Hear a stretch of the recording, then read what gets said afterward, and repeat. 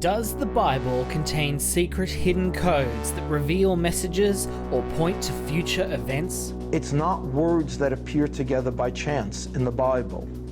It is accurate, related details of major world events that appear together way beyond mathematical chance. There's a movement of people who look for hidden messages in the Bible, and some of them can seem pretty spectacular, like predicting the assassinations of political leaders and 9/11.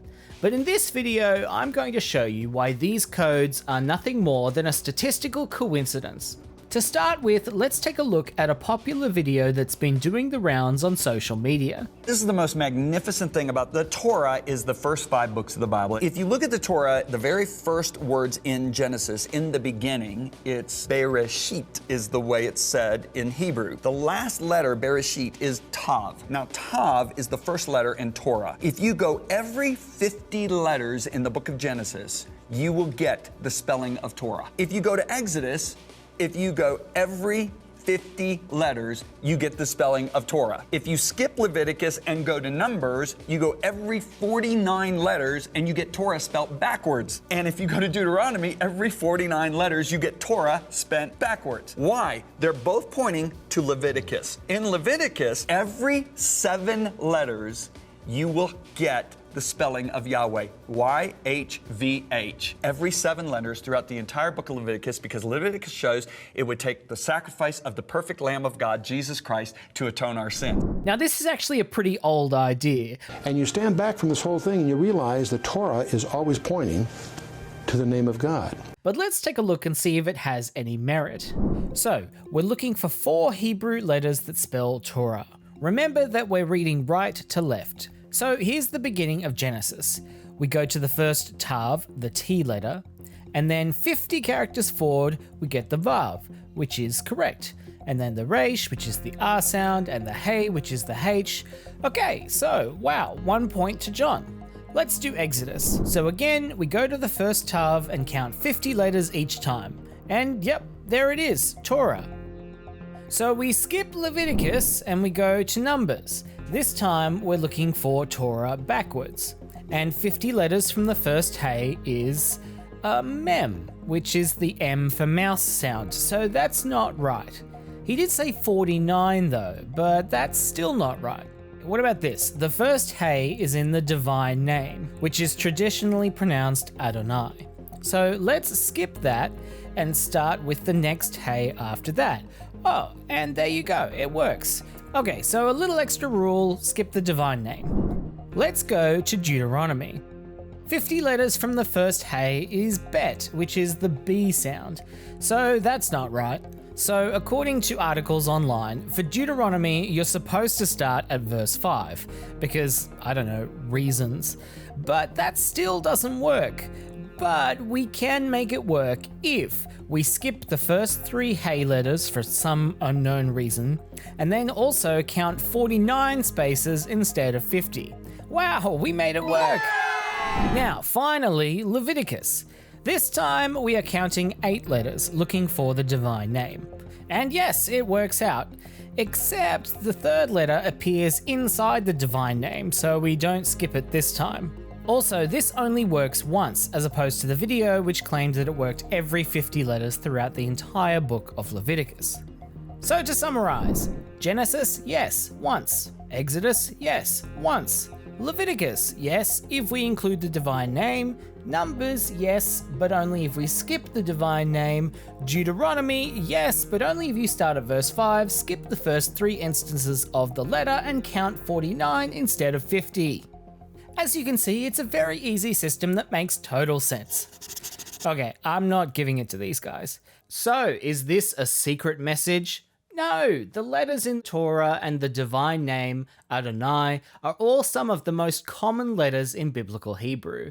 It's a statistical inevitability that these patterns will occur, and they do occur dozens of times throughout the Bible. But the whole Bible code thing doesn't stop there. Every major event in world history, every major figure in world history appears to be encoded in the Bible. The whole Bible code stuff really took off in the 80s.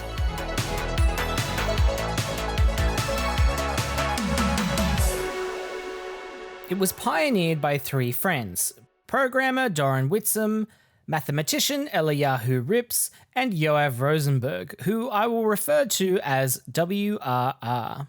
They came up with a way of looking for what they believed were coded messages in a text.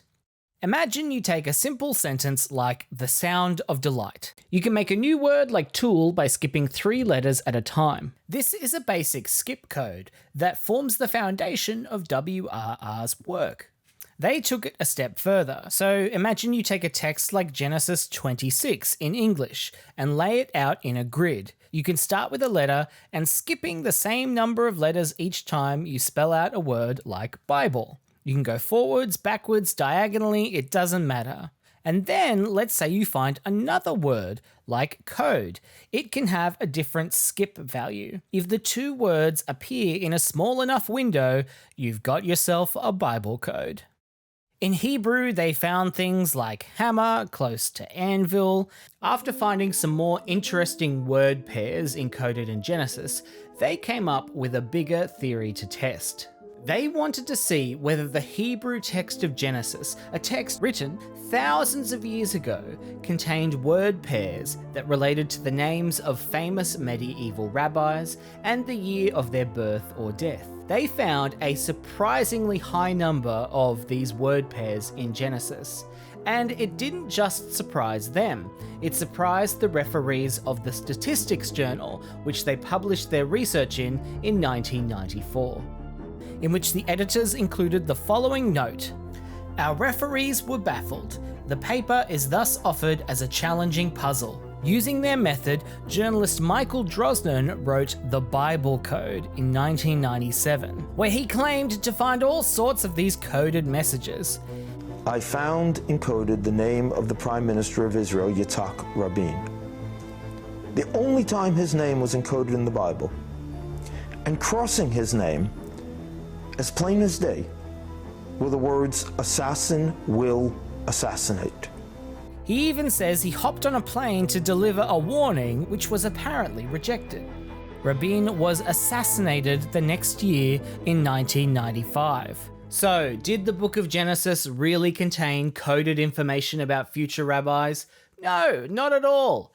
Even if Drosnin's story was true, it means nothing, because any large text will produce similar results.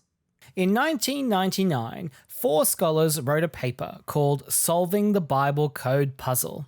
In it, they fixed a bunch of the methodological problems that the WRR trio had, and they were able to find the same medieval rabbi names, plus their years of birth or death, in the Hebrew translation of War and Peace by Leo Tolstoy, proving that any large text can produce similar results. Michael Drosnin wasn't convinced, and said, "When my critics find a message about the assassination of a prime minister encrypted in Moby Dick, I'll believe them."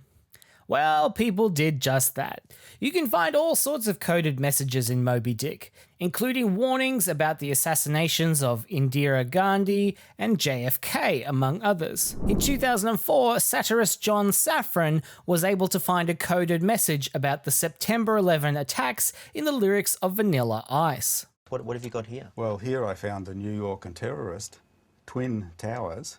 I found 9/11, so it even has the date. I managed to find plot spoilers to John Wick in 1 Samuel 24. I found the same spoilers in Harry Potter 7. I was also able to find a message about September 11 and Twin Towers in The Goblet of Fire, which was written the year before 2001. So yeah, you can literally find hidden codes for just about anything in any text. So no, it's not at all impressive that Genesis and Exodus contain the word Torah spelled out by skipping 50 letters. It's a statistical inevitability, and these sort of coincidences and word pairs will happen in any large text. Anyway, thanks for watching. If you've enjoyed the video, consider supporting the channel. My name is Lachlan, and you've been watching Bible Unboxed. Commandment number 11, share and comment below. But Rips designed the original program, and Statistical Science published the findings. Eliyahu Rips? Mm-hmm. He's a world-class mathematician. What's he doing messing with this religious stuff? Makes you wonder, doesn't it?